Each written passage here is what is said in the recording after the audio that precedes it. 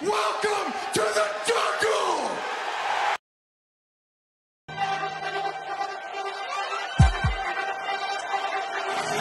Let's go. Stripes, stripes, stripes, stripes, stripes, stripes, yeah. Stripes, stripes, stripes, yeah.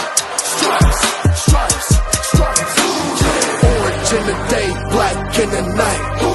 Stripes in our veins, sparks gonna fly. The beast is awake, orange, black and white.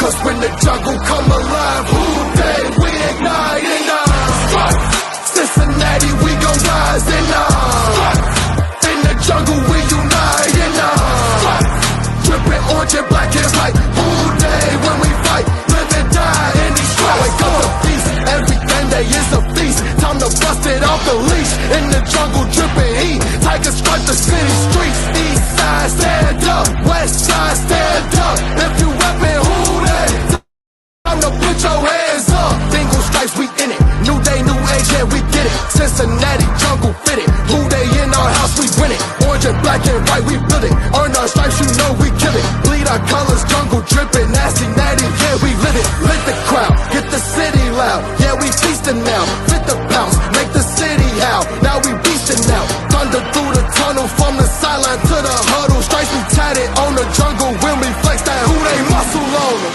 Stripes! Cincinnati, we gon' rise and in the jungle we unite and dripping orange and black and white. All day when we fight, live and die in these stripes. Stripes. Now who gotta move like an arm?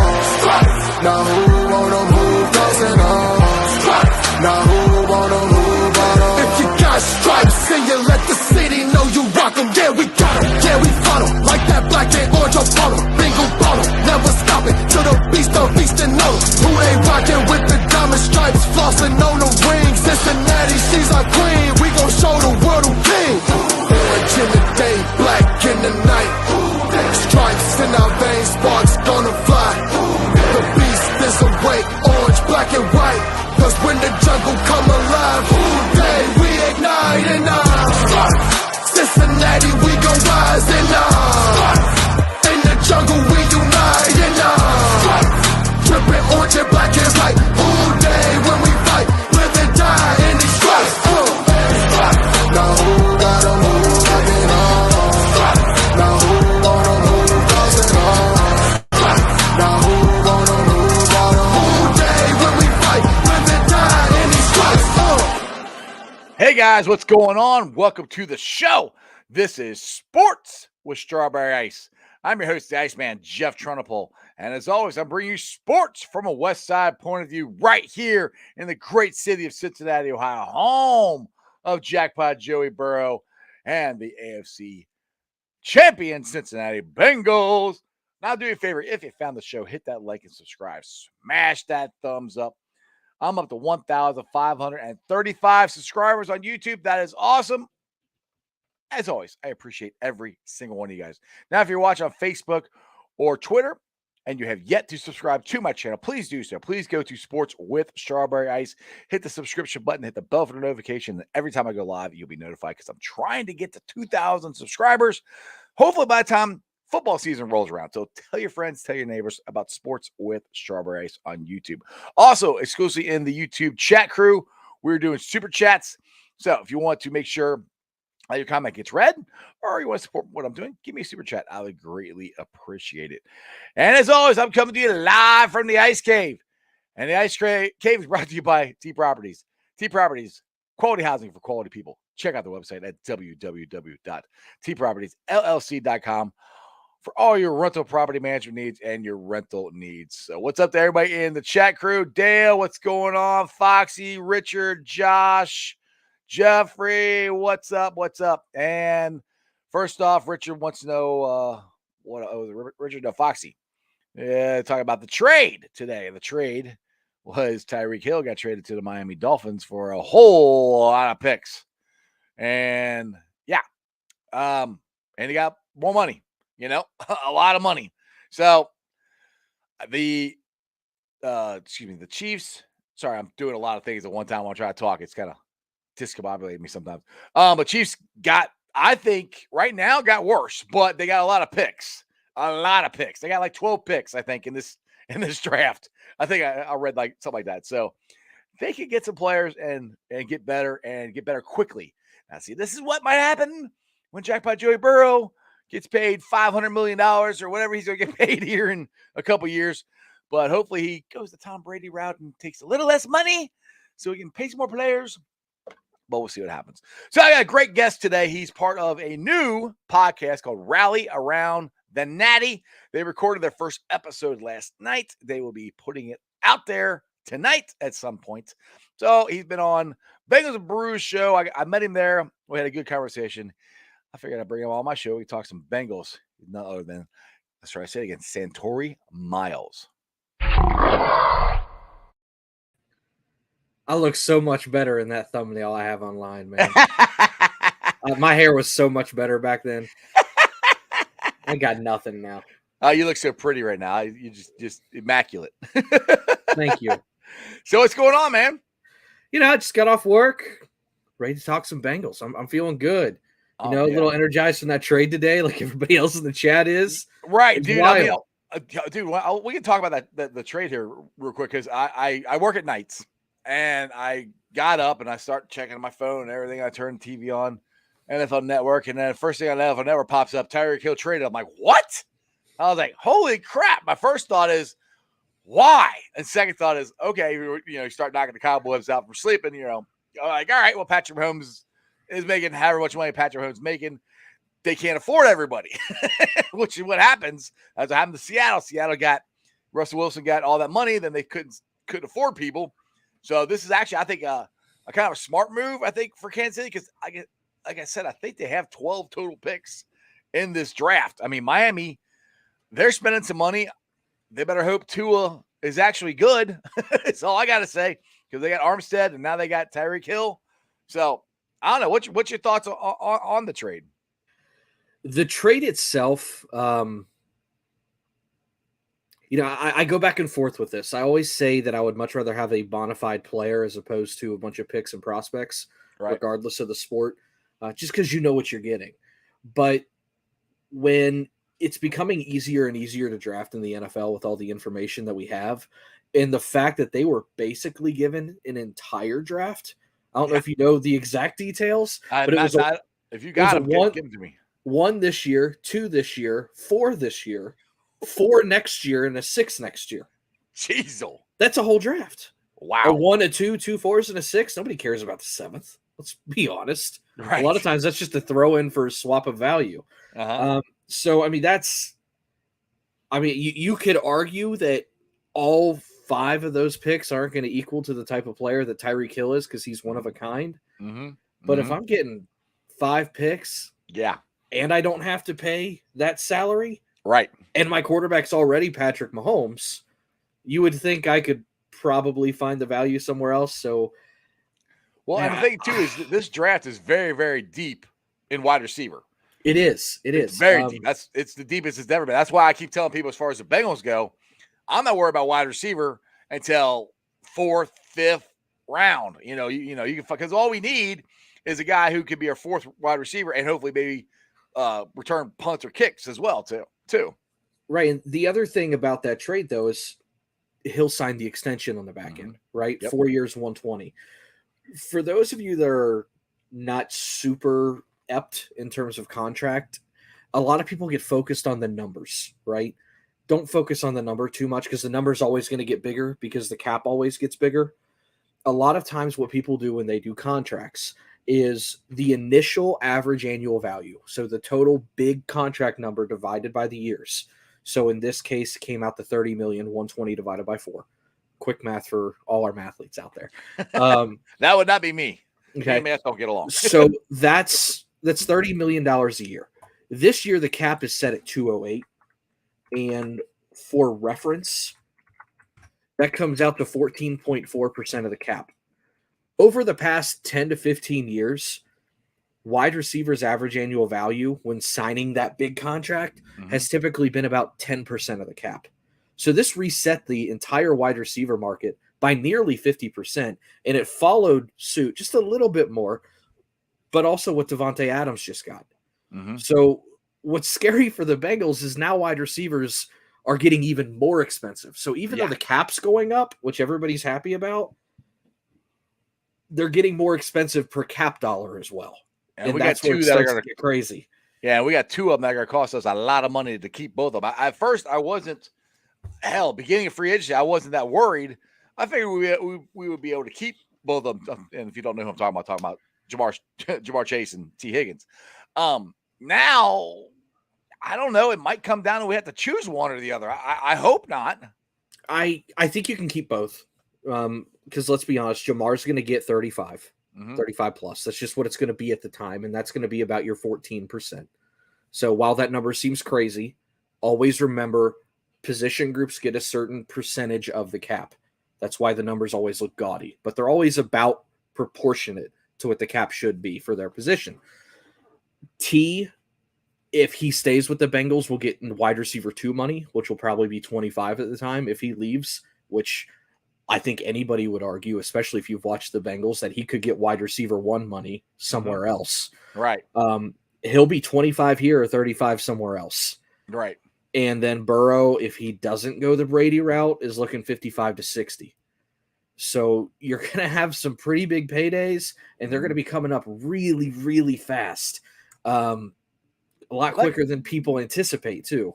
Right. That goes to what I've been saying, too, about how I think this draft is so important to go defensive heavy, because all the free agents that we signed over the last 2 years on the defensive side, we're not going to be able to keep them all if we want to keep Jamar Chase, T. Higgins, and Joe Burrow. We got to be able to replace them somehow with younger, cheaper guys. That's why I think this draft right here is so important to get depth on defense, especially. Right. When you have a situation that you're in, which is the situation everybody aims to be in, by the way, to have the quarterback, right? You need to make a decision. You need to make a decision of whether I'm going to keep paying guys on offense or pay guys on defense. And that's okay. I think it's pretty damn obvious the Bengals are going to try and pay the guys on offense because they're going to want to keep that Joey B, Jamar Chase connection for the next 10 to 15 years. Yeah. With that being said, you're going to have to pay the line. The moment you pay a quarterback, receivers, and a line, you have to take money away from somewhere else, meaning your number 3 receiver, meaning maybe a number 2 receiver, meaning your running back, meaning your defense. So the decision you have to make is which side of the ball are we going to invest on? Because at this point, it's like you have half of your money to invest. So you invest on the offense in this scenario. Right. The side that you don't invest on, you have to be damn sure that you trust the scheme and the coordinator, which I think after what we've seen in the playoffs and how Lou shut down Kansas City twice, yes, sir, that you're okay with that. And he's done it with guys that aren't super expensive. They've spent some money over there, but it's not like they've broken the bank over there. So I anticipate the Bengals to keep Jamar, keep Burrow, make a really good run at T. I think they can afford it. But the moment they do that, you're going to see some of these defensive guys fall off. So like you said, start loading up on defense to layer these contracts because those are going to be the ones you want to let go first. Well, that's why I'm so impressed with the contracts that the Bengals, the free agent contracts the Bengals have signed over the last couple of years, and it goes along the same lines of what they did this year. They are very smart contracts. They are guys within, they're 28 to 30 years old. That's the age range they're in. They're not contracts that are going to break the bank, but they're good, smart players, and they're good contracts. So for future-wise, that gives us the money to go out and keep the players we have. But the contracts that we have, like Lyle Collins, basically, for what I understand, it's a 2-year contract with a avoidable third year or a dead cap money third year, however you want to say it. Right. They're paying him basically the same amount of money they would have in Dallas, and if they had traded for him. So they got him for the same amount of money, and they didn't have to give up a draft pick. That's freaking awesome. No, the Duke Tobin's done a astronomically great job, especially with that deal. But keep in mind, like we said, that's a 2-year deal. And I know I see some comments about why are we focusing 2-3 years from now, but that's what the good teams do. You have to. You have to. That's I know our window is right now. Yes. But the window right now, if you don't start thinking about it, closes in 2 years. If you want that window to stay open, you need to start addressing it now. You stay ahead of the curve so you don't end up like Cleveland. Right. Well, this is how New England was able to have this long run with Tom Brady, and this is why Seattle couldn't, because they had all their money invested in Russell Wilson, and then they had nothing behind them. The defense went away. They couldn't afford a defense, and they never had anybody behind them to replace the guys, the great players they had. And that's what happened. That's what I don't want to happen to the Bengals. I don't want, Joe Burrow to be the only guy we have here, and eventually we trade him because we can't do anything else like Seattle has to do. So that's where you have to start thinking about this now. Well, and you're also seeing it right now with Kansas City. Yes. With Tyreek Hill's gone now. Yep. I mean, that's they wanted to extend him long term. He probably wasn't going to get 30 a year from Kansas City. Right. Because they've given everything and then some in Kansas City to Patrick Mahomes. So you're seeing that problem across the league right now. And, I talk about the cap percentage. The cap percentage that works for when you can retain your team is when your quarterback's average annual value is around 18 to 19%. We're starting to see quarterbacks now cross that 25% threshold, which if you have a quarter of your entire resources going to your team, you just can't bring everybody back. So that's why we're hoping Burrow goes the Brady route. Because they've got a lot of really, really, really good pieces. And let's be honest, the last 3 off seasons, the Bengals have hit on almost every single thing that they've done, with the exception of a couple here and there. They have been like crazy efficient. That's not going to continue. Be realistic. So you need to prepare for the fact that someone's going to leave. You're going to draft a dud. Something's not going to work out. You can't just leave it all on Burrow.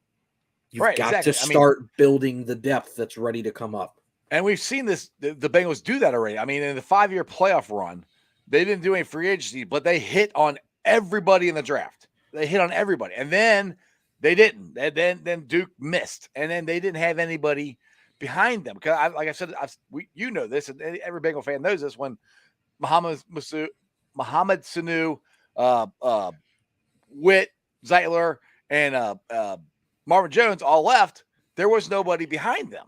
So that was the beginning of the end of our playoff run. And that's what I'm hoping we can avoid this time, with their being a lot more smarter with they're always smart with the contracts, but they have the free agency down really well. I mean, I think they've done a great job as far as, like I keep saying, their contracts, but they've done it the last couple of years, and those are going to help moving forward to keeping this team together. Well, the other thing that's going to work is if they keep winning. You're going to get guys to take the old school, outdated structure that the Bengals do. And, they do. They don't guarantee a whole lot of money past the first year, if ever. But, realistically speaking, 2 years from now, Tyler Boyd might not be here. Joe Mixon might not be here. Joe Burrow's not here in 2 years. We got a problem. Yeah. But, Mixon and Boyd, those are the guys that I'm going to be looking at either as restructures or clear cap. Right. Because I got to keep my line. Hubbard might be on that same chop block. Depending what Hendrickson does, he's going to be on that chop block. There's a reason why the Bengals structure contracts the way that they do. It's because they know they're not going to be able to keep everybody. And a lot of these guys, whether you want to admit it or not, are buy low, sell high kind of guys. Hendrickson signed a 1 guaranteed year here because he was more or less a 1-year wonder with some injury history. No one was willing to give him that big deal like Carl Lawson got. Right. Whether it's the same dollars, it's how it's structured. We heard that with Willie Anderson. The Bengals structure things in case, hey, if this works, great. If not, I can get out of it. Right. There's a lot of I can get out of it contracts across this team right now. What's the they started like two years ago is the voidable years. They never did that before. No, until had 2 years ago. So that's a new thing that they started to do, is to adapt to what everybody else in the NFL is doing. And another thing they've adapted to is cutting players while they're still in a contract, because they would never cut players. Like Trey Hopkins. I feel really bad for Trey Hopkins because he fought his butt off to come back and play for us. And Trey Waynes, who was sorry as a bust, it didn't work, but they cut both of them, which they had to do. Those are things they wouldn't do before. It's the nature of the beast. If you're going to go out and play the free agency game, you're going to have dead money at some point. And, to your credit, when I was in high school, I think there was like 5 straight years the Bengals had the least dead money in the NFL. And sometimes it was like $100,000 of dead money. That's nothing. It's because they would always let these contracts expire. They would never cut somebody mid-contract to try and move forward. You're seeing a different approach with this front office over the last 3 years specifically, with Mhm. void years, cutting guys, drafting guys, going out and spending money in free agency, whether it's front loaded or not, they're still getting guys in. And Exactly. that bodes very well moving forward. Exactly. And I got a question here from Matt, and he says, "Will we still be under the cap after free agency this year?" Yeah, I think so. I don't Yeah, see why we yeah. wouldn't be. Yeah, we're going to be under. We're still going to be under it even after we sign all of our draft picks too. So we're spending money, but we're still. I don't see the Bengals ever be at the tippy top because again they're being smart about their contracts, and that has a lot to do with doing the salary cap game or however you want to call it. Getting up there but not spending beyond it. It's how you structure stuff. It's guaranteed money up front. You get that gets off the books quickly. The player gets the money. It's off your books. When your salary cap hit, so it doesn't keep going on and going on. So that's the thing that the Bengals I think are doing a really really good job of. Right, and a lot of that is it kind of gets into the cash versus cap conversation. I don't know how well versed you are in that, but Andre on Twitter, Andre Parada? Perota, Yeah, I'm trying to get him he's on the show. He's he awesome is at it. he's Yes. excellent at Yes. it, and he and I have had a lot of conversations with it. The biggest way to avoid going over the salary cap is to do these, the big signing bonuses and the roster bonuses, because you can spread those out, right? Right. That's where those void years come into. And the way the Bengals have been structuring their contracts, the way they've been doing the signing bonuses, the way they've been putting in void years lately, there's a reason why they're still under the cap. And, when you start doing that, though, that's when you get into the dead money situation, because you are going to have guaranteed money on that last year. Whether that player's received it already as cash or not doesn't matter. It's still going to come off on the cap. So that's where some of the dead money's coming in. But at the end of the day, you need to have some risk if you want to win. And if your risk is a couple dead million, so be it, man. Right. I mean, you're a multi-billion-dollar organization. Right, exactly. That's a sneeze out of your pocket. Exactly. And, the Bengals are very smart, like you said. They typically save about $10 million on their threshold to roll over. They save about $2 million for in-season stuff. And then you can sign most of your rookies with $3 million or less after the cash. And last I saw, they're somewhere hovering around like 13.5 to 14 million. So they're probably just about done with their spending. But they've got like 60 plus guys on the roster. They haven't drafted anybody yet. There's no undrafted free agents. There's going to be cap casualties after the draft. I don't expect too many more moves in free agency. Maybe a couple small guys here and there, like a Trey Flowers. Yeah, that's who I like. I like to see him next. I like Right. to get him next, and then hopefully, since Larry O, unfortunately, didn't failed his physical. Now you were talking about this off the air.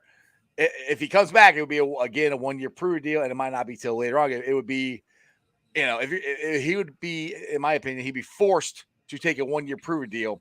And if you're going to take a 1 year prove deal again, you might as well come back to the Bengals and do it there. What's your thoughts on that? Well, I can't see anybody at this stage giving him a multi-year contract. I think he's going to get a 1 year prove it deal somewhere regardless. But like we said off air, I don't think he's going to get any kind of a deal until after the draft. If there's a position this draft is moderately deep in, it's interior defensive line, that 3-tech position that he plays. So I could see a lot of teams, just going through the draft, seeing what they can get. And I mean, let's be honest.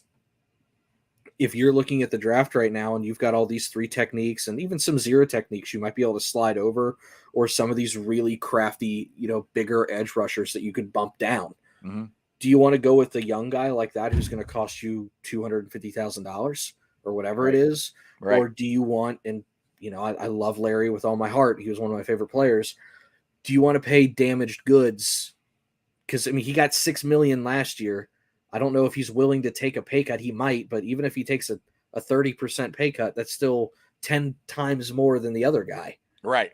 So he would be a late addition. He would be somebody I'd definitely keep my eye on for like a June return, maybe a May return. So because that there's that cap date of June 1st. Week before, week after, I could see something happening there. Yeah, exactly. Now, William House here, and this is kind of where I'm at. He said, "Do you think the Bengals will go for a cornerback at 31?"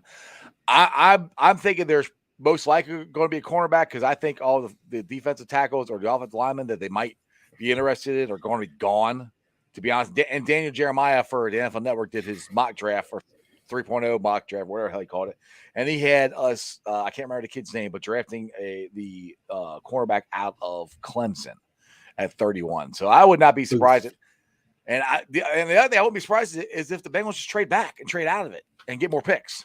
Yeah, the Bengals really do try to do a BPA, best player available, which if you follow me on Twitter at all, I pound the table for that. And I was pounding the table for that 2 years ago, and we still had 1 billion roster spots to fill. And people are like, we've got needs. I'm like, I don't care about needs. That's how you reach and end up with a Billy Price situation.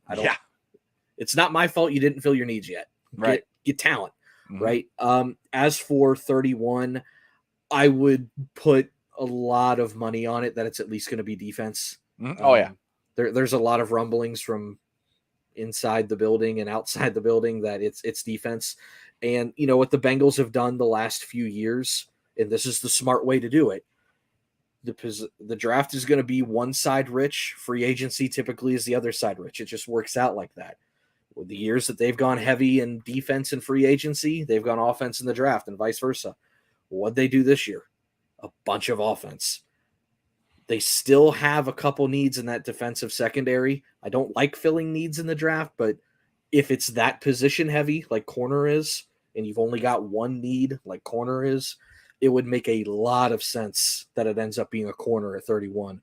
Whether that's Booth, the kid from Florida, pray to God that Sauce falls another 25 spots for whatever reason. It's not happening. They got him going to the top 5 now. I love Sauce. I'm a Bearcat fan. There's no freaking way we're getting. No, I know he's not, but you know what I mean. They're probably going to target a corner. Yeah. I'm with what Haas says here. Trade back, and get Kobe. I'm a big Kobe Bryant fan, and again, I'm a Bearcat homer. But I think Kobe Bryant would be good. And if you trade back and get multiple picks, you can fill that room with more DBs than you actually need. You could do that. You could do it by, throw a whole bunch of DBs out there to try to find one to be your second, cornerback.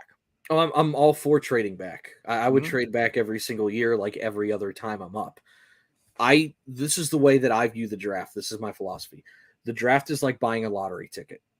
If you get a first round lottery ticket, great. It's like maybe getting 10 lottery tickets. The second round's like getting 5, so on and so forth. Get as many lottery tickets as you can. Some of them are going to hit. Some of them aren't. The draft is not a perfect science. No one's got a crystal ball. No, right. Even the best scouts on the planet screw up. Even the best Daniel Jeremiahs and the Mike Mayocks. Mike Mayock was just a GM. It didn't really how'd that work out? Well, it doesn't matter. Right. Go after high talent players, and I would expect the Bengals to double dip. That's kind of what their MO is, whether it's free agency or the draft. If they have a need, they get 2 or 3 of those guys. Right. They really do. So I would expect one in the first round, maybe somewhere around the 4th or 5th. They typically feel comfortable bringing on someone that, like a Deontay Smith, maybe someone that's a little bit of a project, but really high upside. Right. So I would expect someone early, and then I would expect someone early on day 3 for that corner position. Okay. Now let's we had the official Lael Collins. I got it right. Lael. So you can call him L or you can call him ACLC, whatever. Lael Collins press conference today, and I got a couple clips from this, and I thought it was kind of interesting. Zach Taylor was asked how much he was involved in the Lael negotiations. This is what Zach had to say. It's constant interaction, as you go through the negotiating process, and obviously you want to add a guy to the mix. You want everything to be right on his end as well. I went to March Madness Saturday, and where was it? Indianapolis, and so I probably wasn't as attentive to the game as I otherwise would have been, as I'm taking phone calls and text messages and all that. But at the end of the day, it all came together, and we're all happy about it. So he was at Indianapolis at the game trying to find out what was going on. I seriously doubt he was watching the game very much, because I was down in Florida and I was going nuts trying to find out what was going on. It was unbelievable. I was out in West Virginia, and my my wife's going to kill me for this, but she already did kill me for this. we were in West Virginia for her aunt's funeral. I'll be that guy. Every chance I got, I was refreshing my phone. Oh, and dude, she's like, we are here for a funeral. I'm like, yeah, but we're here. I'm here. I'm here. I'm in the present. Right. I'm sorry. I loved your aunt too, but I gotta find out what's going on. We got some important stuff. And early on in our relationship, she used to get really, really mad at those kind of things. And then now it's we're all kind of doing the potluck after the ceremony, and she's looking over my phone going, "They signed him yet?" I was like, "Oh, this is how it is, huh?" You're interested too, huh?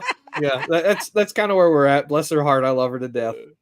Oh my goodness! Now I gotta bring up this clip too from Zach Taylor too. He James Rapine asked him how much Jackpot Joey Burrow was involved in the free agency, and about his awesome outfit that he got to wear to the precinct that you or me could not get away with wearing. But this is what Zach had to say about it. Joe's message to me really has been, what can I do to help during the process? And so again, we utilize him in every way we can, because that's obviously a big selling point for us, is we've got a quarterback that is a tremendous player and has helped us do a lot of things, and players like being around him. So Joe's done a great job coming to the dinners, hosting some of the players. Those are kind of his ideas to get the guys over to his place and help do what he can do on his end, bringing those guys close together so they can see kind of the relationships that the guys have on the team. And we certainly appreciate that. And he's just been all in on whatever he can do to help. Were you surprised when he showed up and what it looked like sweats to the dinner, like Daffy Duck shirt or whatever it was? I stopped being surprised by anything that Joe wears, on any occasion. So Joe's Joe, man, and he can pull off anything. Yeah, exactly. He can pull off anything. Like I said, it's not anything that you and me could pull off. But that to me, I just like hearing of how much Jackpot Joey Burrow is involved in trying to get these guys to come here. And Lyle Collins was saying in his press conference today, which I don't think I have a clip of this, but he was saying how many of the Bengal teammates were texting him saying, "Yeah, jump on, man. We're jump on this ride. We're going to go to the Super Bowl. You're the missing piece. We need you." And how much that meant to him.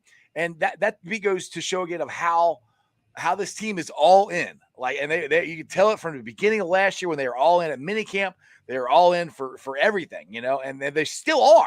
And to me, that just goes to what the culture and everything that Zach Taylor has built. And that's what he kept trying to say for the 2 years when we stunk. Yeah, they're definitely pulling all in the same direction. And you see that with guys immediately, because part of the Collins negotiation, they had Hayden Hurst in there. Mm-hmm. Yep. Hayden doesn't know this city from anything. Nope.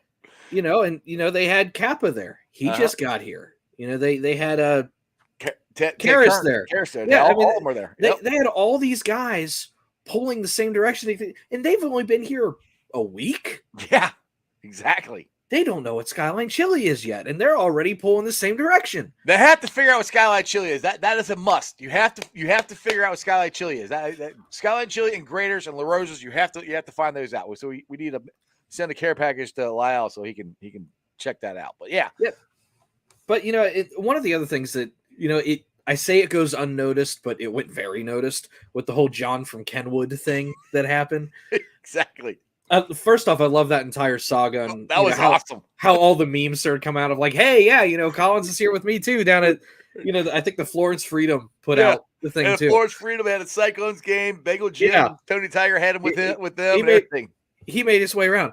One thing that I cannot stand is I can't stand watching pressers for guys when they first sign with a team, because they typically say the same four things. I love it here. I love the culture here. The fans are. How do you know the fans are great? You don't know. You've been here 12 minutes. Lyle does. He knows. But when you have a guy who's ventured to Kentwood and come back, and he had 2 or 3 pretty notable fan interactions there, and then he is kind of laughing about it, like, yeah, he's out at Lululemon and people are stopping him, like, are you going to sign here? Like, he got talked to on the plane. Yeah, there's a guy on the plane. They're ready. Recognize him. Yeah. He's like, dude, we need you. I think the difference is, and you wouldn't think this from an outside perspective, right? But you and I are from Cincinnati. We understand kind of the culture and the community is here. It's very tight knit, right? Unless Exactly. you go to Elder, then we don't care. But it's That's very West Side, baby. yeah, very very tight knit community here. So when you have Lyle Collins running around Kenwood Mall, people stopping him on the flight, probably stopped him a billion other times. I don't know how much it's going to happen to him in Dallas or New York City.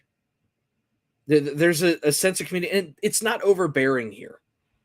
You know, people just, hey, I'm a fan. Can I get a quick picture? Then they move on. They understand, it's not I'm going to follow you around all day. And it's a little bit different atmosphere, a different attitude here. And it can be kind of a breath of fresh air if you come from one of these giant franchises like Dallas.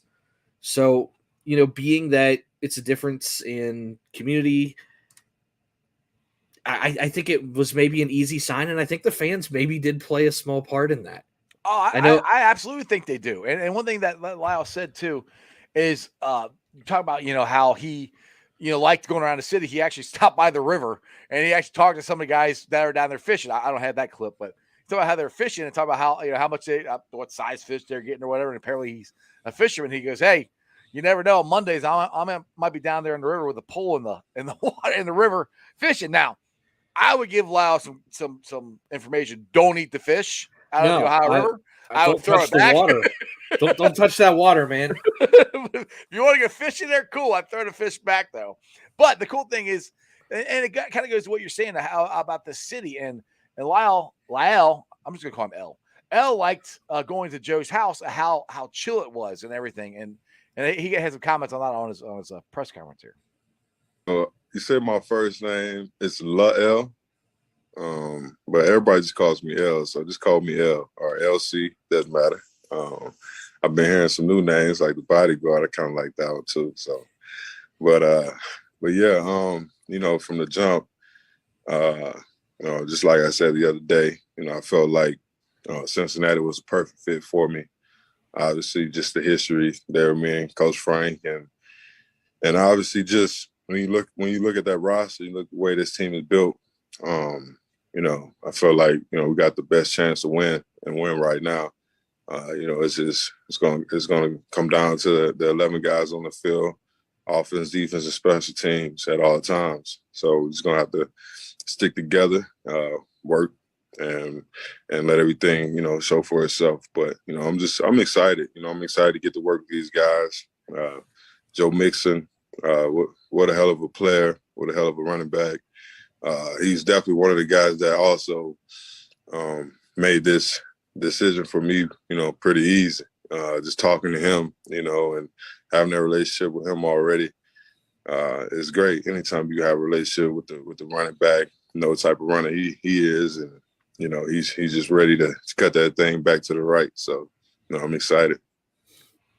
All right, so that was the wrong clip, but I liked it. I like it. Yeah, that's I want to play that one next. But anyway, we can talk about what he just said there and about how I put this on a poll on my YouTube channel today. Which Joe is more excited about the offensive line, Jackpot Joey Burrow or Joe Dean, Joe Mixon?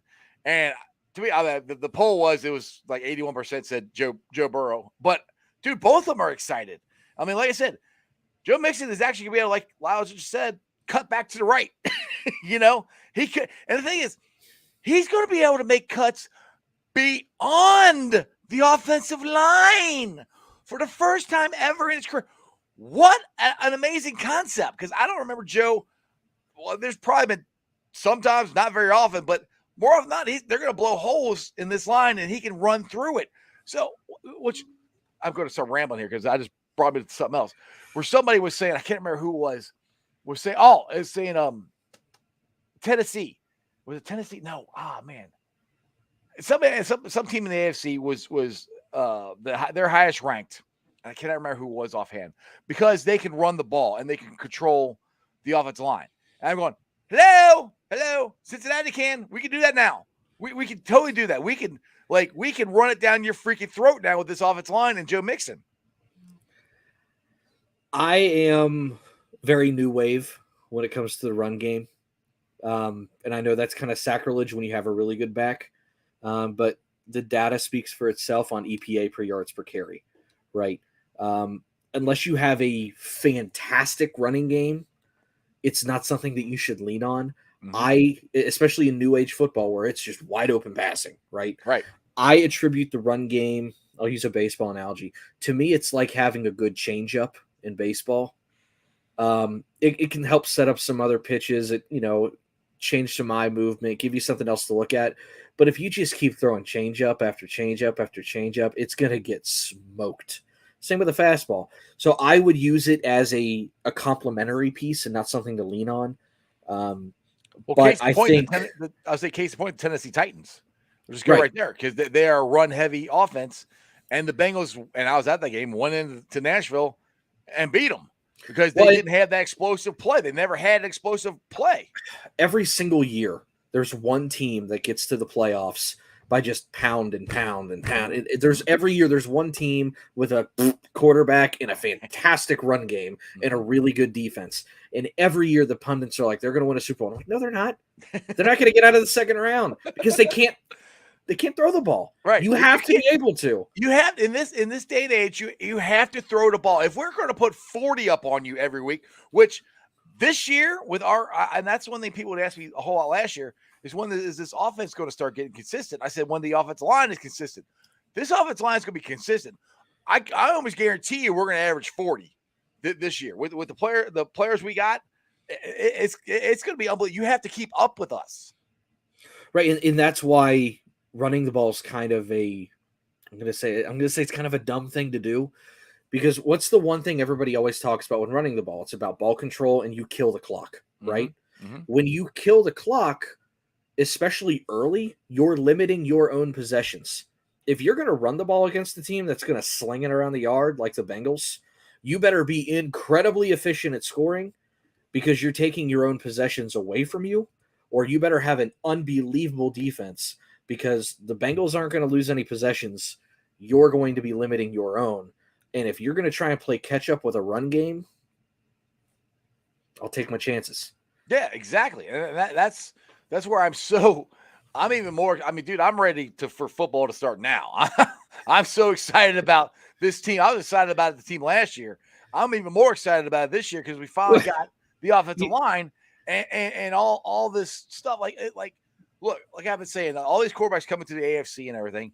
To me, it's like the AFC is the varsity, the NFC is the JV. It's not necessarily. It's not a good thing that it's so loaded. But I'm not scared. I'm not scared at all because guess what? Only, let's say, I think there's like 3 teams in the AFC that don't have a legitimate quarterback right now. I went through it the other day. 6 of them are going to make the playoffs, or 7, or whatever it is. It's going to get so diluted that you're only going to have to play 2 or 3 of these guys in the playoffs anyway, like you would any other year. So yeah, I guess the regular season gets a little bit more competitive. Well, the thing is, but it doesn't make it any harder when you make the playoffs. If anything, it goes back to the old adage of you played a harder schedule, so now you're ready. Yeah, true. But I mean, if the Bengals get the number 1 seed overall, which that's got to be the goal, get the number 1 seed in the AFC, you got what, 2 games? That's it, right? You're not playing a wild card. It's division and then the AFC Championship game. So then you're into the Super Bowl. So that's the thing is, it's going to be tough, but they have every chance, as good a chance as anybody to get the number 1 seed this year. Yeah, I mean, I don't think people understand how important that number 1 seed is. Oh, it's huge. Especially because the number 2 doesn't get you a bye anymore. Well, it's one less game. People say this though. The Titans had the number 1 seed, and look where that got them. Yeah, but we just talked about it. They don't throw the ball. Right. They beat up. That's what people. They beat up on a horrible division that can't stop the run. Right. You kind of limped into the playoffs, and then, they. If they'd have ran with Dante Foreman, they probably would have beat us. First, I remember ego the team got in now. the way. I remember the team now. The guy was on NFL Network. I can't remember who or NFL Radio. The guy was saying now the Indianapolis Colts have Matt Ryan. He thinks they are the number 1 team in the AFC. And I'm like, That's I'm like, why? He goes, because they can run the ball. I'm like, we can run the ball, but we also got 3 wide receivers, the Migos, who can sling it over anywhere. Plus, we got, I think, a very good tight end now, too, in Hayden Hurst. Do you want to know why? Do you want to know why the Colts won't be a favorite in the AFC right now? Why? Because of Matt Ryan. He's never won. True. Everywhere he's gone. Well, 28-3. I can't say everywhere he's gone. He's been with one team. Yeah, but he had the 28-3. He's never going to get away from that. Well, it's not just that. He chokes all the time. He's had loaded rosters and decent coaches. I know Atlanta kind of gets shit on, but they're not. They're not a poverty franchise. No, he's never been able to make it happen. Mm-hmm. And the one time, 28-3. Mm-hmm. 28. Yep. You're blowing him up. Yep. But he's the reason why they won't. He's old and he's never done it before. Well, call me a hater, whatever. I can't look at Matt Ryan and go, yeah, he's the guy. But the thing is, too, if you look at all these power rankings, everybody and their brother is picking Buffalo, which, hey, Buffalo's good. Don't get me wrong. And I'm not saying you should pick the Bengals. I'm not saying I'm happy the Bengals are up there. Power rankings, to me, you can throw them out the window, like whatever. But what has Buffalo done? I mean, yes, they got Miller, but what else have they done to really improve themselves? They haven't done much to improve. The thing that they've done, though, is they've kept a lot of it together. And here's the deal.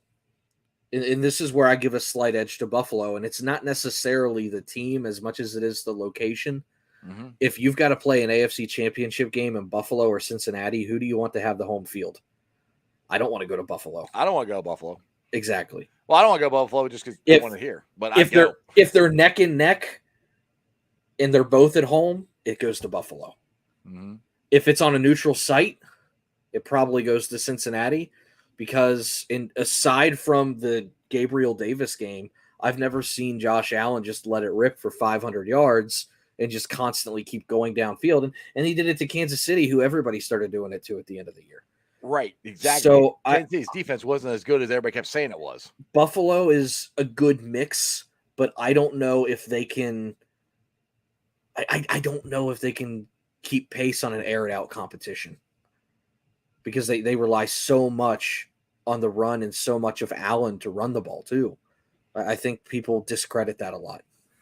Yeah, exactly. And like I said, they can pick the Bengals number one. Like I said, power rankings, whatever. I mean, I'm happy we're in there. That does, hey, it's kind of cool to see the Bengals up there. But some of these teams that they're picking, I'm just thinking in my head, like, okay, the Bengals just went to the Super Bowl. We fixed our biggest problem. We completely fixed it. Yes, you're going to have a competition at left guard, and most likely I think it's going to be Jackson Carman. It's either Jackson Carman or Deontay Smith at left guard. I think it's going to be Jackson Carman. But that's it. You have one hole, maybe, a left guard. The rest of them are solid. So you went from a crappy, offensive line to a top 10 offensive line. And you're taking this team who went to the Super Bowl and has all these offensive weapons and now has a top 10 offensive line, and they're only going to be ranked 4th. And the teams that they beat the year before are, one, have gotten all worse. The Bengals have gotten better. So why are we 4? I mean, like I said, if they want to put us at 4, that's fine. I don't understand their thought process. The only thing I can really think of, but this goes into consideration with every single team in the NFL, is how lucky the Bengals were injury-wise last year. Yes. But that's it. You're right. Yes. But anybody can get hurt. Anybody can stay healthy. The difference it's rare that a team goes to the Super Bowl and brings just about every single person back. The Buccaneers did it, right? Right. But what derailed the Buccaneers? They were a little bit, yeah, but they had some injuries. Yeah, true. So I've said that too. Is that the Bengals are not going to be? Hopefully, they will be, but most likely, like you just said, they're not going to be as healthy this year as they were last year. And that goes to my point again, as far as driving heavily on defense and stuff, right? For our depth, and people are like, oh, well, we need depth in the offensive line. The cool thing is about what we went through this past year. You need depth everywhere. Well, yeah, but these guys we got Deontay Smith, Jackson Carman, Akeem Adeniji, if they bring back Fred Johnson, whatever, Hill, all these guys that they have now have experience. So so if Frank Pollock puts them in there, he knows what they can and can't do. He knows if I put them in this position, what they're going to do. That to me is depth. That helps your depth right there with those guys. And those guys get shit on a lot, but I want people to think about this from a slightly different perspective. Carmen was a rookie with a herniated disc in his back. I don't think a lot of people know that. He had a messed up back the entire season, right? Bad back. Mm-hmm. Adeniji, coming off injury, arguably rushed back from injury, right? These guys are young. I put it out there the other day. Carmen's going to be 22. Adeniji's like 23. Mm-hmm. Fred Johnson just turned 25. Whether he comes back or not, I don't know. They might sign him and cut him. I don't know. That whole thing, I don't know what they're doing with him there. I think it's been weird. But these guys that played in the Super Bowl last year, that call it what it was, they got their ass handed to them. They weren't ready and they weren't supposed to be in there. But you can't take that rep and that experience away from them. That only helps them get better. Those are guys, and anybody will tell you this, any offensive line coach in the history of NFL will tell you this. It takes 2 to 3 years for these guys to finally take the big jump to be a competent guy. Right.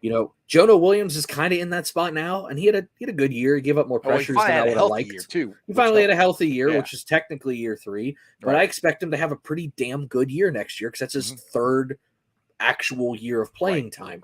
Right. If we're going off of that logic, Carmen's got a year and a half before I really am considering him a bust.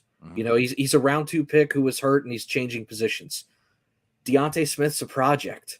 The last time the Bengals brought in a project and it really, really, really worked. No, I said Deontay Smith, Maddie, calm down. CJ Uzomah was a project. Yep. It took him like 7 years to figure it out. Yeah. But it happens at a slower pace for offensive line. And those guys not only were young, not only in different positions than they should have been. Carmen, a right guard coming from left tackle. Adeniji was a tackle playing guard, right? They're now put into a position, especially Isaiah Prince. This is really the first time he had a ton of NFL experience. Right. Against the Rams in the Super Bowl. Mm-hmm. They're going to get their ass beat. Of course they are. Yeah. Like it's not even, it's that point being, they weren't ready. It's not like they suck. There's a learning curve, and they're in the middle of the learning curve. It's not going to get any harder than that. That's kind of my point. That's where I'm like, our backups are better. I mean, than we had last year. Our backups last year were rookies. And so the leap a guy can make from year 1 to year 2 in the NFL is huge. I mean, look if these guys have a healthy offseason and they have another 6 months to develop, and then they're in backups and they're getting regular backup reps and they get actually developed the way that they're supposed to, those are really good backups. You don't have to go out and sign veterans to $3 and $4 million deal. If your backups are guys that have gotten reps before and know the system and are under the tutelage of a Frank Pollock, you'll be okay. Can you put all 3 or 4 of them out there at the same time and say, let's go? No, you absolutely can. Can Jackson Carman come in and play left guard while the other 4 guys are doing their job? Yes. If someone else gets hurt and he's already been, getting acclimated the whole year, and now a Deontay Smith has to come in and it's one other spot, I don't like it. But yeah, he's probably ready at that point. It's a significantly different scheme aspect at this point. Right. And the thing is, too, is these guys can actually take a breath and take time to develop as long as everybody stays healthy. Because I mean, eventually Deontay Smith could be our right tackle. Hill could be our center. I'm not saying they're going to. I have no idea. Adeniji could be a tackle. I mean, these guys, they've shown enough flash, I think, that they could potentially do it. Now they have guys in front of them where they're not forced to do it. So they can take their time and develop. Like you said, it takes a couple years to develop an offensive line. One of the hardest positions to go from college to the NFL is offensive line. So it takes 2 to 3 years. Well, it's one of the positions that misses more than anybody. When you look at like percentage of positions that are hit or miss on a draft, offensive line is one of the biggest misses because it takes so long to develop, and a lot of people don't have the patience. Just call it what it is. I mean, you look at teams like the Giants, they have a coach for 1 year, they fire him. Right. I mean, okay, so now you expect me to let that organization develop somebody for 3 years? offensive line is a lot like a baseball prospect. You can't just, draft a kid out of college and go, all right, let's go Let hit. him play. Let's go. Yep. It is the jump is Yes. remarkable. It's one thing if you're a corner and you're an SEC corner and you're going against guys like a Jamar Chase every single day. But most defensive linemen in college football are bad. They're really bad. They're there because of their size, their speed. They've got tools, they've got traits that hasn't worked, they haven't developed, but they're big enough to get in the way, and they're not really having to stop the run. The NFL is about 5 to 10 years behind college to where it's just the way play calling is and the way schemes are. Mm-hmm. Defensive linemen are, if offensive line's the number one hit, defensive line's got to be the number 2 biggest miss. And then so you've got these offensive linemen that have trained for 4 years against the shit of the shit.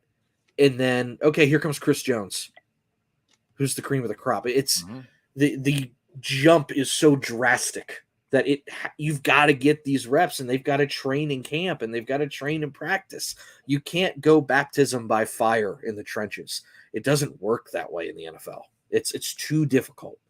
Well, Matt says here, unless it's Georgia or Alabama. Well, that's ask Trey Hill. Yeah, I would say ask Trey Hill and Jonah Williams. Those are both. That's Georgia, Alabama, and neither one of them.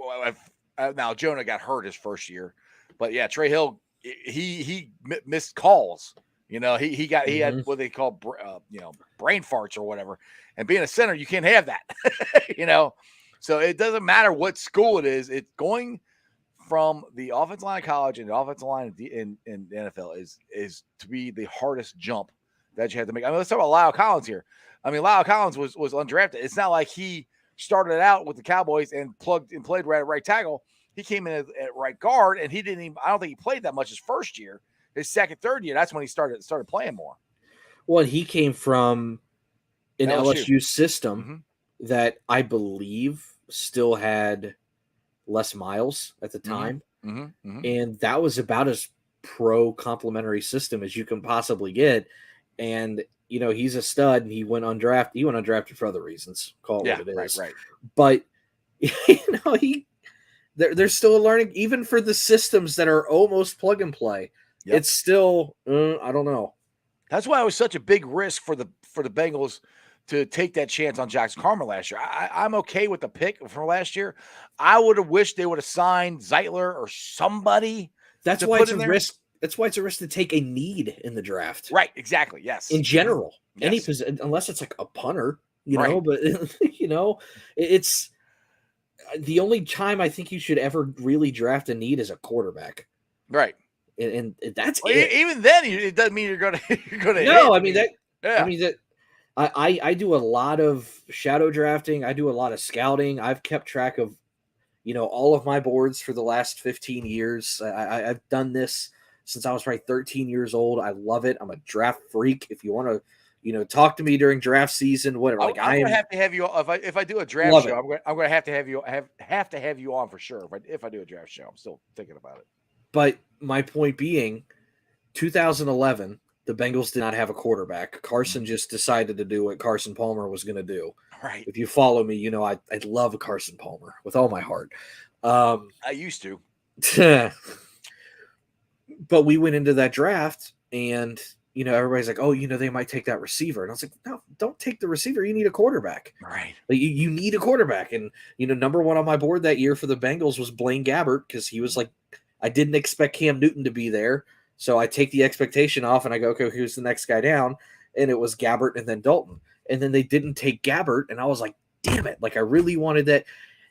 That would have been an absolute disaster. Yep. Right. Even for people that do this all the time. And I wasn't the only one. Gabbert was way up there on a lot of boards. Yeah, he was. Now, he's still got a job. He's still got a job in the NFL somehow, doing whatever. But,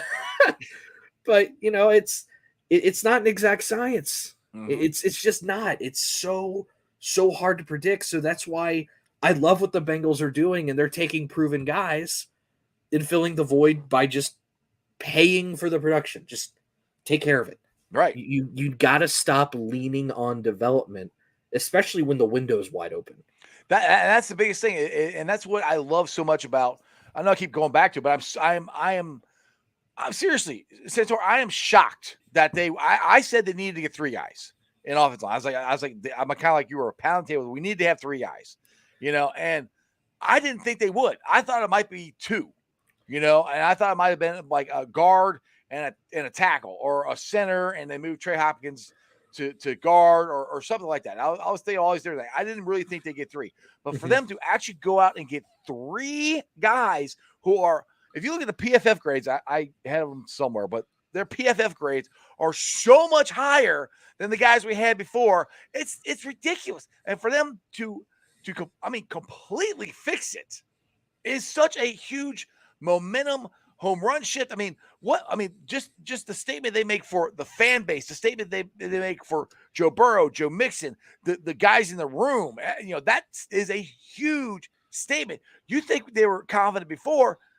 Just wait till this next year. What they have an offensive line that they know that they can do more plays than they used to. Like Zach Taylor can call more plays. Zach Taylor doesn't have to go, okay, we can't do this 5-step drop because we can't protect. Okay, we can't run to the right side because we know we can't run block. We will be able to do that. Whatever Zach Taylor wants to call this year, we're going to be able to call because we have an offensive line that can finally freaking block. Right. And a lot of people, for lack of a better term, bitch about Zach Taylor's play calling. And I understand it. I hear it. I know where it's coming from. But when you don't trust the guys on the field. Thank you. That's what I've been saying. It's really, really hard. And you had a quarterback coming back from a knee injury, and you had a center coming back from a knee injury. Like, he was limited in what he could do, and he didn't know what Joe could do, especially at the beginning of the year. I'm like, the other thing that I'm really hoping to see. You and me are on the same wavelength as far as the play call. That would drive me so nuts when people get so mad about that. He does make some questionable decisions and some stuff at times. Everybody does. But yeah, it's no more than any other coach. The issue is, as a Bengal fan, you're hyper focused on one like micro fraction of the NFL, which is just the Bengals. Right. Go watch a fucking Lions game and tell me Zach Taylor's a bad play caller. It's you need to understand that no one's going to hit it 100%. Yeah, every single time they run on 2nd and 10, we roll our eyes. Well, guess what? They call 3 plays in the huddle, and it's up to Burrow. So if you're pissed at Zach, right, you can redirect that too.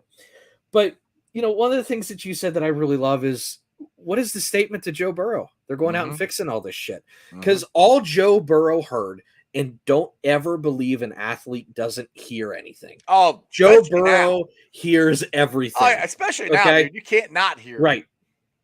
All Joe Burrow heard coming out of LSU up to the draft is, they're cheap, they're not going to win, they're not going to protect you.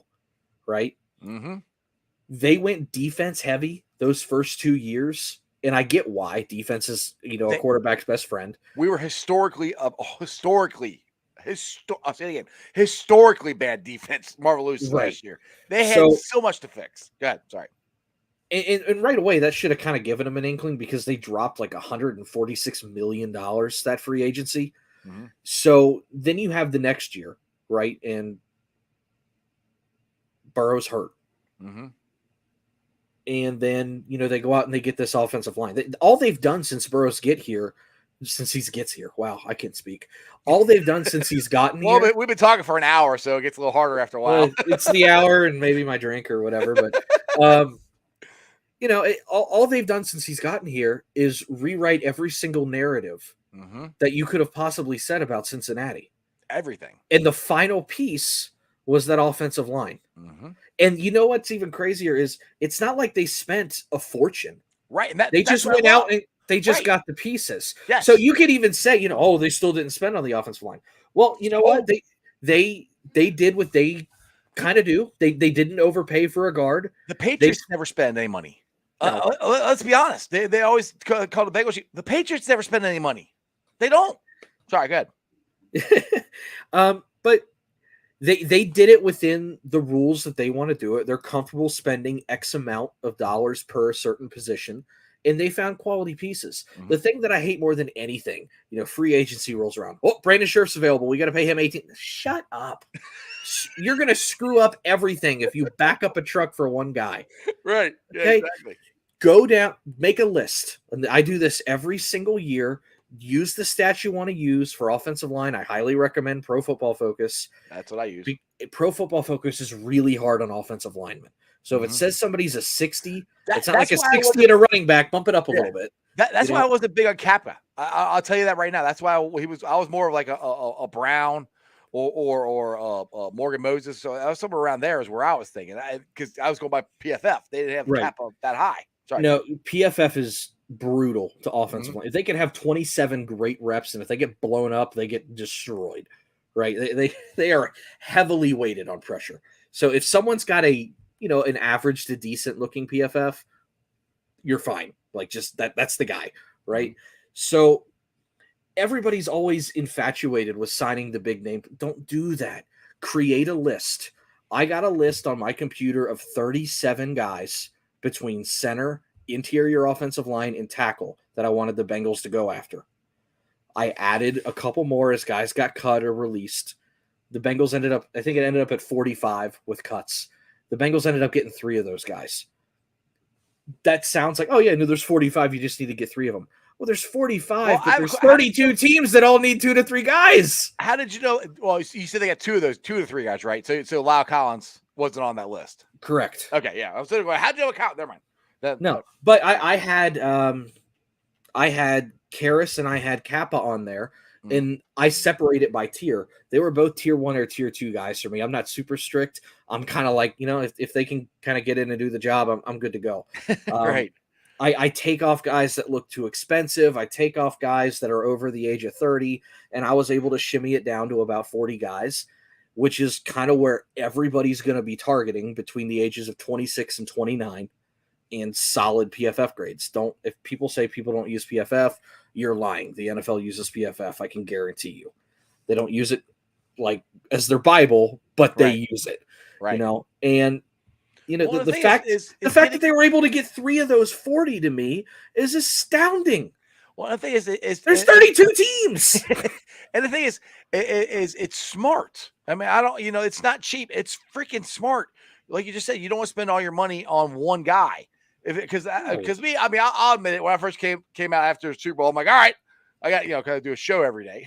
So I had to find something to talk about. So I started looking up stuff on PFF. Like, oh, Armstead, that'd be great. Let's get him. Oh, sure, that'd be cool.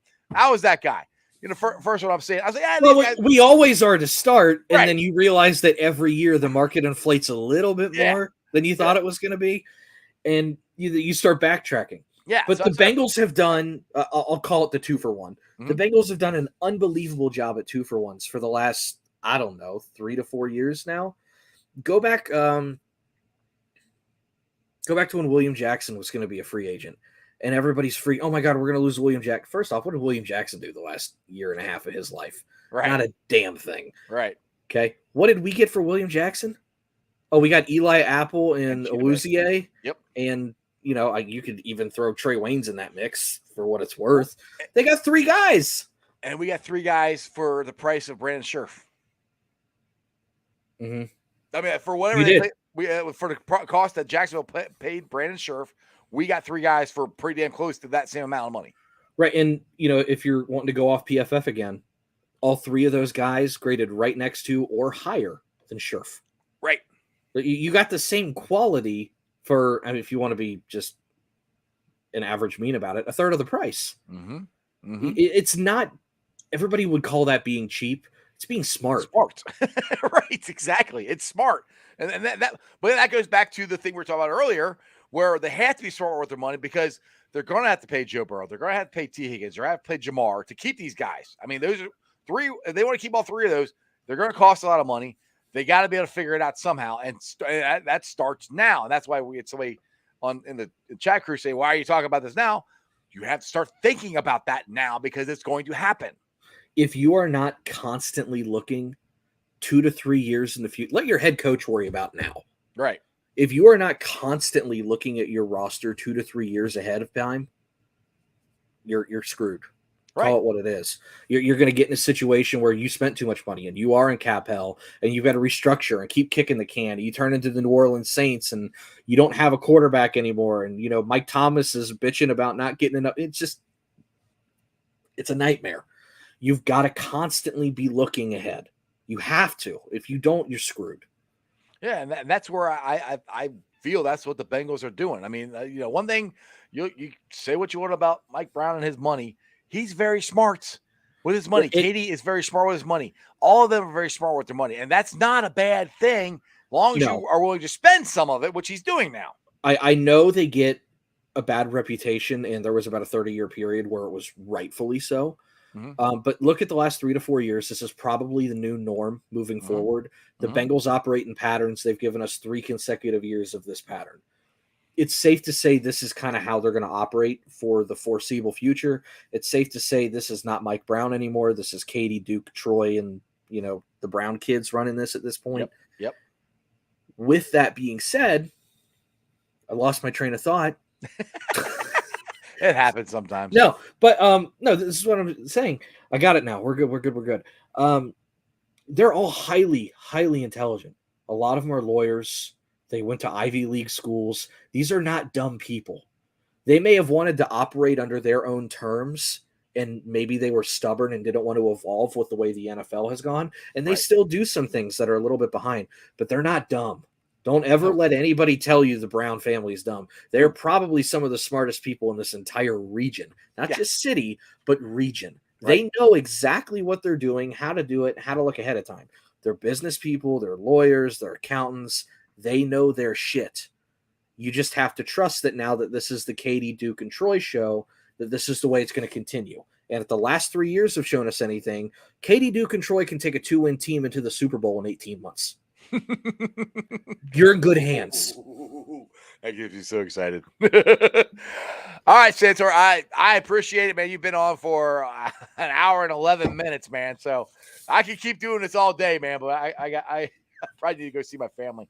But tell everybody about your podcast. You got to drop it tonight, right? Yeah, we're going to drop it tonight. I got to do a little bit more editing. I think it's going to be a pretty unique podcast. It's called Rally Round the Nati. It's me and my father. It's basically just some back and forth banter. We're going to try and get some calls going eventually like this, but we hope it's a unique spin on things. Being that I'm 28 and my dad's like 100 years old.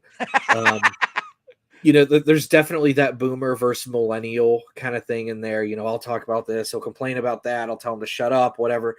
It's going back and forth, but it's going to be once a week. It's going to be on Tuesdays. The big thing that I want to get across is every single month we do a donation for the month. Every single month. This month we have chosen the Ken Anderson Alliance, which is a foundation that helps out with autism. Very close to my heart. My brother's autistic, so I've always tried to kind of cater toward that realm if I ever did something. But every single month we're going to do a GoFundMe. Proceeds go straight to the donation that we're going to do. We've got it set up that way. I don't profit off of it. I don't keep any of the money. If you donate $1, you're automatically put into a raffle. First place every month for the raffle is a hoodie. We make our own hoodies here at the studio. Second place is like a coffee mug or something. My wife's real crafty. She can make all that crap. I don't know. And the big thing is, if you donate $10 at any month during the year, right, up until November 30th, you are automatically entered into a raffle for a jersey from Cooks, like one of the nice, like $300 custom ones. Ooh. I will put forth a voucher, comes straight out of my own pocket. We're not making any money out of this. $10 gets you put in an automatic raffle. You tell me what you want. If you want like one of the 90s jerseys with Uno on the back and a 1, Jamar Chase, I got it. We got it covered. The goal is to raise awareness for all of these charities. So we hope it's going to be fun, a little back and forth, father and son, and try to raise some money for some communities. That sounds awesome. That sounds awesome. I'll definitely have to check it out tonight when you drop it. I want to do this real quick. I want to do this $5 super chat I got from Rowdy every lap. He says, T. Higgins isn't all about the money as long as he is offered a fair extension. He resigns. No way he's leaving. He loves Burrow. I don't know, man. I mean, money talks, dude. I mean, I agree with you to a certain point, but I don't know. What do you think about that? Money talks, man. Yeah. You know, all these guys, money talks. Yeah, everybody's got their own prerogative, and that's fine. I never blame a free agent for leaving to chase money. Especially football players, man. They got their career's short. They got to Yeah. secure the bag and take care of their family. They got a Yeah. chance to do something a lot of people don't. But with that being said, we can offer him a fair extension to be a 2. Yeah, I mean, they're not going to give him number 1 money. Rob says we're acting like we won't pay him, though. Yeah, I think they're going to pay him, but like I said, they're going to pay him to be a number 2 receiver. You can't pay for 2 number 1s and a quarterback and a line and a defense. You start having to cut. If they can pay him to be a number 1, great. But I don't necessarily see he and Jamar both getting $35 million contracts. I mean, the thing is, whatever you pay T, Jamar is going to want more than that. I mean, Right, because he is the one. I look at it as 1A. I don't really think we have a distinct one. But well, you have to be smart with your money, like we said. You can't just necessarily say, "Oh, we're going to pay him all the money, then we're going to pay him all the money." T's going to get first wide receiver 1, whatever you want to call it, XC, whatever. He's going to get those offers on the market, and he knows that. The Bengals are going to have to pay him like a 1 to keep him. I don't think he's taking a discount for Joey B. You would be out of your mind. Unless they go on a run and start winning 3 and 4 championships. Let's start that next year. That sounds good to me. Oh, right. Rowdy doesn't want us to get off. He keeps giving me super chats here. Hang on a second here. Okay, he's got a $2 super chat. Thanks for that. Salary cap goes up to $100 million next year. I haven't heard that number. He keeps saying that. I'm like, I don't know if that's true. Or I know it goes the number up. It's currently at 208. I haven't read the CBA in a while, but typically it goes up about 10 to 15% every year. The number that I've seen over the next 2 to 3 years is somewhere around 250 to 260, and that's where we're getting that $35 million number. Mm-hmm. Because like we said earlier, wide receivers traditionally get 10%. Now they're getting about 13 to 14%, and 14% of 250. Oh God. Mathlete time. Mathlete time. It's 35 right on the dot. How about that? Ding, ding, ding, ding, ding, ding, ding. There's your number. We're not making this shit up. It's percentage yield, man. So there you go. So that's projection where it's going to be at probably. So I mean but the thing is, like some people in here said we're not keeping TB. 2 guys that I love that I know won't be here for a long term is Tyler Boyd and Mixon. Well, I love Mixon, but when his contract's up, he's going on. He's moving on. Well, here's the deal. His cash and cap hit, I think for the final year of his contract, I looked it up the other day, was like 13 or 14 million. No, sorry. The one that I could see possibly staying is Boyd, because with the cap going up the way it is, Boyd's final cap hit is about $8 million. $8 million for a good slot receiver who at the time I think is only going to be 28, 29 when that contract's up. Mm-hmm. That's not a bad deal. That's something I could stomach. It just depends how everything else is going with the roster. If they've got a clear space, he could be on the chop block. If they don't have to, I don't mind keeping that. I mean, you just paid. Let's just be relative about it. You just paid Lyle Collins $10 million a year. Tyler Boyd $8 million a couple years from now after the caps exploded doesn't sound too bad. Yeah, exactly. Rob said that's why everyone's holding out taking long-term contracts, not for 10%. Right. So there you go. All right. Seriously, I'm gonna let you go this time, as long as nobody gives a super chat. But again, check out Santor's podcast, Rally Around the Nati. A lot of the proceeds, all the proceeds that he can get goes to the Ken Anderson Alliance. You can get a jersey. I'm like, I'm in. I want to get a jersey. I love jerseys. I'm wearing one right now. So we our official Twitter is at Rally Round the Rally Round Nati. The GoFundMe is in the bio. Like I said, $1 donation automatically gets you in for the monthly rally, monthly raffle.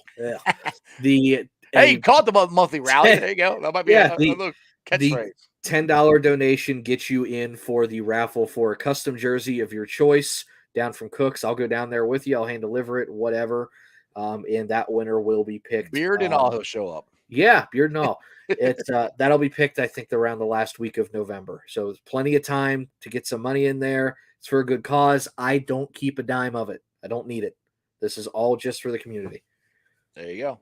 Sounds good. Check them out. We are definitely going to have you on again. And yeah, this is great. I'm definitely going to have you. I knew you were good when you're on Bengals and Brews, so I knew I wanted to have you on. So anyway, I appreciate you, brother. Take it easy. Absolutely. Thanks for having me. You have a great night. You too. Hooday. Hooday. All right, guys. I hope you enjoyed it because that was really good. I knew he was good, but wow, that was a lot of awesome information there from Santor. So go check out, like I said, go check out his podcast, him and his dad, Rally Around the Nati. The proceeds that they're trying to donate money or generate money for the Ken Anderson Alliance. So that's a good thing. So go check that out. And there's all kinds of great podcasts popping up here in Cincinnati, mostly about the Bengals because Bengals are really good.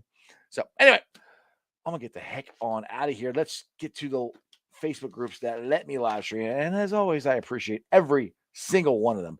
They are Houday Nation, Houday Legion, Cincinnati Reds rounding third, heading for home, the Ohio State Bucknuts, Bearcat Ruckus, Bearcat Country, the Ice Bar, and then you can follow me on all my social media platforms, all under Sports with Strawberry Ice. I'm on Facebook, Instagram, Twitter, and TikTok.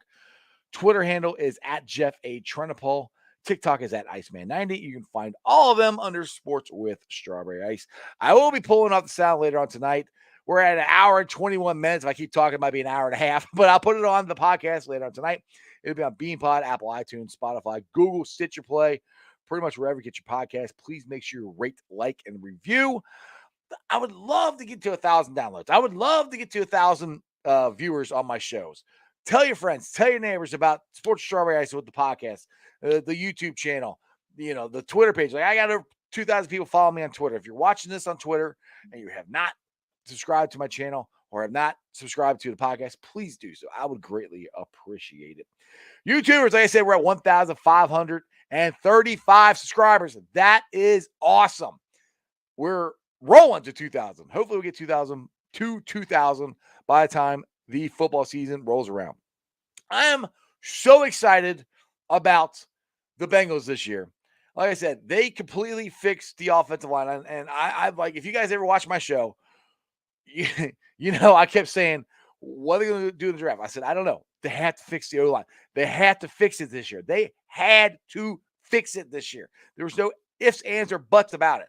Last year, I was okay with what they did because Jamar Chase is a once-in-a-lifetime wide receiver. They had Riley Reef. They tried it with Jackson Carman. I think Jackson Carman is going to be our left tackle, or excuse me, our left guard. I think he'll be fine, which if he's the only one we have to worry about, fine. That's cool with me. I love Quentin Spain. I wouldn't mind if they bring him back and let him battle it out. But from all accounts, it doesn't seem like that's what's going to happen. Maybe I'm wrong. Maybe I'm not. I don't know. Either way, we got one issue, and I don't even say it's an issue. We have one competition spot on our offensive line. That's it. 3 new guys.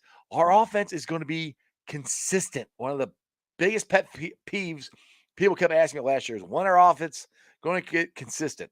When our offensive line gets consistent, it's going to be consistent. Joe Burrow is going to actually be able to have a 5-step drop. I don't even think they thought about that last year or the last couple years. And Zach Taylor is going to be able to call whatever the hell he wants. He doesn't have to compensate for Joe Burrow's knee. He doesn't have to compensate for Trey Hopkins' knee. He doesn't have to compensate for the offensive line not being able to block. He doesn't have to compensate for Joe Mixon not being or having to make his first cut in the backfield. It's fixed. I can't emphasize this enough. This is huge. Huge, huge, huge, huge. We go in the draft. We can draft best player available. That's awesome. We can trade back. Best player available. This is where you want to be. You want to be in this position every year to draft the best player available. That helps you. You can develop guys. It helps your depth. Helps you replace guys. This is awesome. Man, I don't want to get cold again, but I'm ready for football. I'm so ready for football. Anyway, this was a great show today. Again, my thanks to Santor. He was awesome. I either got Dale on tomorrow or I got Blake Jewell on tomorrow. I'm not sure. Kind of up in the air which one's coming on. But it will be another great show tomorrow. Please make sure you check it out. And as always, other than that, that's just sports, baby. See ya!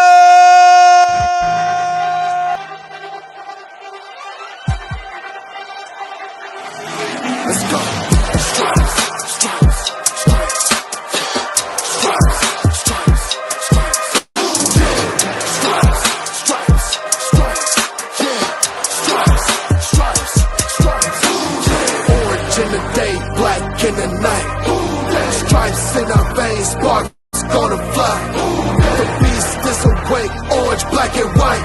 Cause when the jungle come alive, day we ignite and Cincinnati, we gon' rise and in the jungle we unite and dripping orange and black and white.